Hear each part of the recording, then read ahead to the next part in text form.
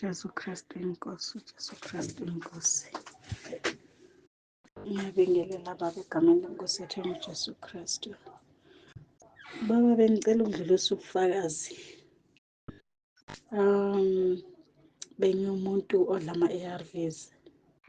So nje from the day one bengitshela ukuthi I'm positive.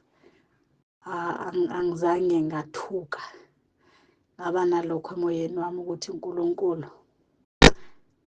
uthe uma sisindiswa konke kwakudala kudlulile, sizidalwe ezintsha, so asikwazi isifo somunye umbuso ukuthi sizobusa komunye umbuso. Ngaba nalokho ukuthi uma ngabe uNkulunkulu engize kuye ngizwa kuthiwa uphilisa zonke izifo, nginalelo themba lokuthi nami uzongiphilisa. Ama-ARVs azange ngizikhethele ukuwadla, ngavele ngezwa nje ngisesibhedlela ukuthi sebenginikezile.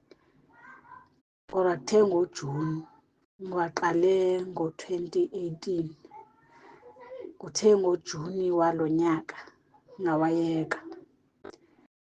Ngaba nalokho nje kokuthi uma uNkulunkulu ekwazi ukubaphilisa abanye, nami uzongiphilisa uma ngabe ngiyakholwa ukuthi uyaphilisa. Ngayekile amaphilisi ngoJuni, ngayothesta manje ngoDisemba mhlaka 5. Ngathesta negative. Ngambonga uNkulunkulu, ngiyamphakamisa ukuthi ngempela uma umkholwa kuyenzeka, akukho okungenzeki kuye, ngoba yena uthi uNkulunkulu othethelela zonke izono zethu, aphilise zonke izifo zethu.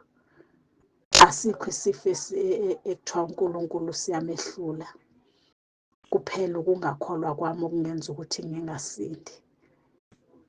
Ngiyambonga uNkulunkulu, ngiyamdumisa, ngoba emoyeni wami nje bekunalokho ukuthi mina ngeke ngife ngi-HIV positive uma uNkulunkulu esaphilisa, ngoba ngikaze ngathi ngiphume endleleni since ngasindiswa. Angikaze ngaphuma endleleni ngathi nakhu ngiyaqoma since ngasindiswa. Ngakho ngamethemba, ngaba nalokho ukuthi uNkulunkulu izwi lakho uthi uyalilinda, kungadlula izulu nomhlaba kodwa lona limi ngunaphakade. So izethembiso zakho zimi ngunaphakade. Ngiyambonga uNkulunkulu, ngiyamphakamisa uJesu Kristu inkosi. Amen.